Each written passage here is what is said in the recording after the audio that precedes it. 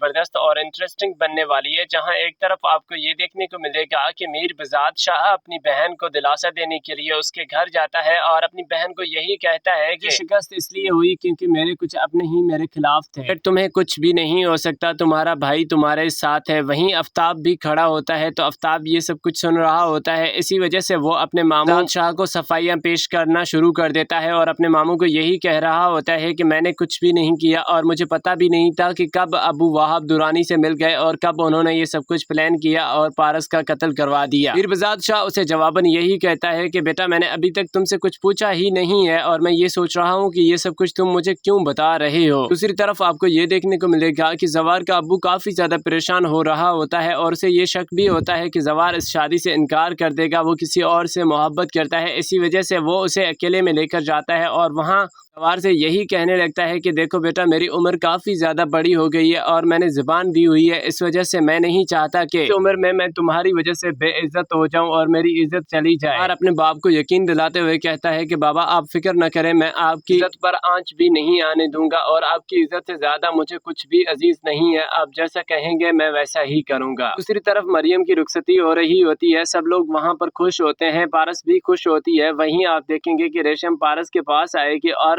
तो यही कहेगी कि तुम हमारी शादी में भी आओ, कि मतलब मेरी और जवार की शादी होगी तो तुम वहां पर भी लाजमी आना। वहीं जवार भी आ जाता है और पारस के साथ बात करने लगता है और यही बात रेशम को काफी ज्यादा बुरी लग जाती है, तो इस वजह से रेशम जवार के ऊपर भड़क उठती है और उसे काफी ज्यादा बुरा कहने लगती है और ये सब कुछ लोग देख रहे होते हैं और एक बहुत बड़ा तमाशा बन जाता है।